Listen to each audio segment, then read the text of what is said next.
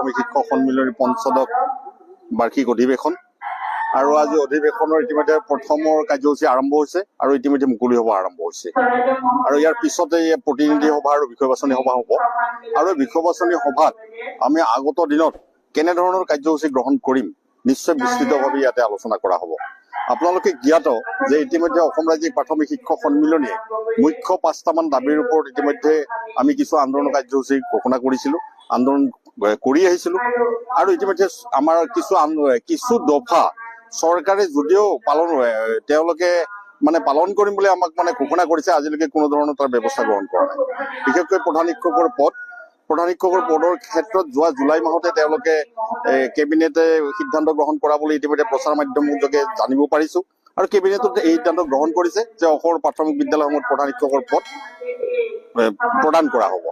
কিন্তু আমি এতিয়ালৈকে গম পাইছো যে এতিয়ালৈকে যিহেতু ৰাজপত্ৰ কোনো প্ৰকাশ কৰা হোৱা নাই আৰু সেই একেটা কথাৰ ওপৰতে যোৱা কেইদিনমান আগতে শিক্ষামন্ত্ৰী ডাঙৰীয়াই কৈছে যে যিবিলাক বিদ্যালয়ত 100জন বা 150জন ছাত্ৰ ছাত্ৰী থাকে সেইসমূহ বিদ্যালয়তে প্ৰধান শিক্ষকৰ পদ সৃষ্টি কৰা হ'ব বুলি কৈছে। আচলতে আমি খুব হাস্যকৰ বুলি অনুভৱ কৰিছো যে সংখ্যা ভিত্তিত কৰবাত কিবা প্ৰধান শিক্ষক দিব পাৰে নেকি। গতিকে সেইকাৰণে অসম চৰকাৰলৈ আমি আহ্বান জনাইছো যে তেওঁলোকে স্থিতি স্পষ্ট কৰক আৰু অতি সোনকালে তেওঁলোকে জুলাই মাহৰ ভিতৰত যদিহে প্ৰধান শিক্ষকৰ পদ সৃষ্টি নকৰে তেতিয়াহ'লে আমাৰ আগষ্ট মাহৰ পৰা আমি ধাৰাবাহিক আন্দোলনৰ কাৰ্যসূচী ঘোষণা কৰিম। এতিয়া শিক্ষা সেতু এপৰ কথা আহিছে যে শিক্ষা সেতু এপৰ জৰিয়তে আমাৰ শিক্ষক শিক্ষয়িত্ৰীৰ উপস্থিতিকে আদি কৰি বিদ্যালয়ৰ বহু তথ্য পাতি শিক্ষা সেতু এপত তেওঁলোকে অন্তৰ্ভুক্ত কৰাৰ কথা কৈছে আৰু তাৰ জৰিয়তে আমাৰ শিক্ষক শিক্ষয়িত্ৰীৰ উপস্থিতি নিৰীক্ষণৰ কথা কৈছে।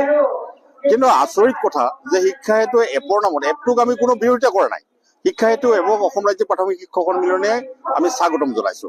কিন্তু শিক্ষা সেতু এপৰ নামত বিদ্যালয়সমূহত যিটো টেবলেট প্ৰদান কৰা হৈছে এই টেবলেটটোৱে আমাৰ বিভিন্ন অঞ্চলত হয় নেটৰ অভাৱতে হওক বা টেবলেটটোৰ একেবাৰে নিম্নমানৰে হওক বা আমাৰ চাৰ্ভাৰ ডাউনৰ কাৰণে হওক যে বিদ্যালয়ত যেতিয়া শিক্ষক শিক্ষয়িত্ৰী গৈ পায় তেতিয়া তেওঁলোকে সময়ত উপস্থিতি দিব নোৱাৰে আৰু ইতিমধ্যে অসমৰ শিক্ষামন্ত্ৰী ডাঙৰীয়া আৰু অসমৰ মাননীয় মুখ্যমন্ত্ৰী ডাঙৰীয়াই এনেধৰণে ঘোষণা কৰিছে যে একাংশ শিক্ষক শিক্ষয়িত্ৰী পলমকৈ বিদ্যালয়লৈ যায় আৰু সোনকালে বিদ্যালয়ৰ পৰা আহে।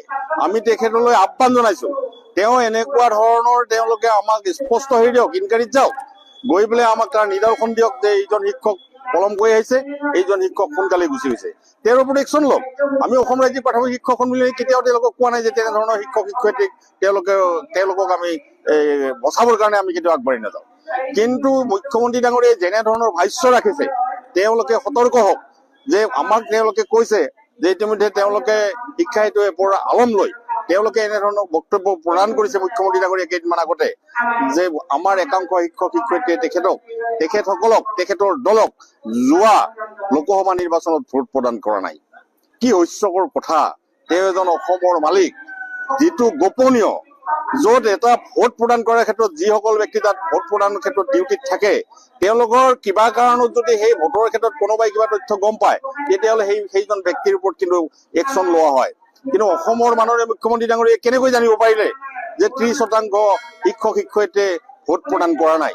এইটো আচৰিত কথা আৰু অসমৰ এগৰাকী মুখ্যমন্ত্ৰীৰ মুখত এনেধৰণৰ বক্তব্য প্ৰদান নকৰিবৰ কাৰণে আমি তেখেতলৈ আহ্বান ৰাখিছো। দ্বিতীয় কথা হ'ল আমি দেখিছো যে এতিয়া আমি সদায় আহ্বান জনাইছো যে অসমৰ শিক্ষা ব্যৱস্থা উন্নত কৰিব লাগে। তেওঁলোকৰ যিখিনি দুৰ্বলতা যে আজিৰ তাৰিখত পৰীক্ষা হৈ গ'ল জুনৰ 18 তাৰিখৰ পৰা তেওঁলোকে ছাত্ৰ ছাত্ৰীৰ হাতত অভ্যাসন বহি তুলি দিব পৰা নাই। আজি ছাত্ৰ ছাত্ৰীৰ হাতত সম্পূৰ্ণ কিতাপ উঠাই দিব পৰা নাই। তেওঁলোকে যিটো ফ্ৰী টেক্সট বুকৰ কথা কৈছে, যিটো RT এক্টে কৈছে যে সম্পূৰ্ণ বিনামূলীয়া যিহেতু পাঠ্যপুথি যোগান ধৰিব লাগে, আজিৰ তাৰিখলৈকে তেওঁলোকে বিদ্যালয়সমূহত সম্পূৰ্ণ পাঠ্যপুথি যোগান ধৰিব পৰা নাই। আমি বিভিন্ন মহকুমাৰ পোৱা তথ্য অনুযায়ী হয়তো লেটেষ্ট জুনৰ শেষৰ পিনে শিক্ষা সেতু এপৰ পৰ্টেলত যিবিলাকে পাঠ্যপুথি পোৱা নাই ঠিক তেনেধৰণে তেওঁলোকে অন্তৰ্ভুক্ত কৰাৰ কথা কৈছে আৰু কিছু বিদ্যালয়ত মাতি নি পেলাই পাঠ্যপুথি যোগান ধৰাৰ কথা আমি জানিব পাৰিছো।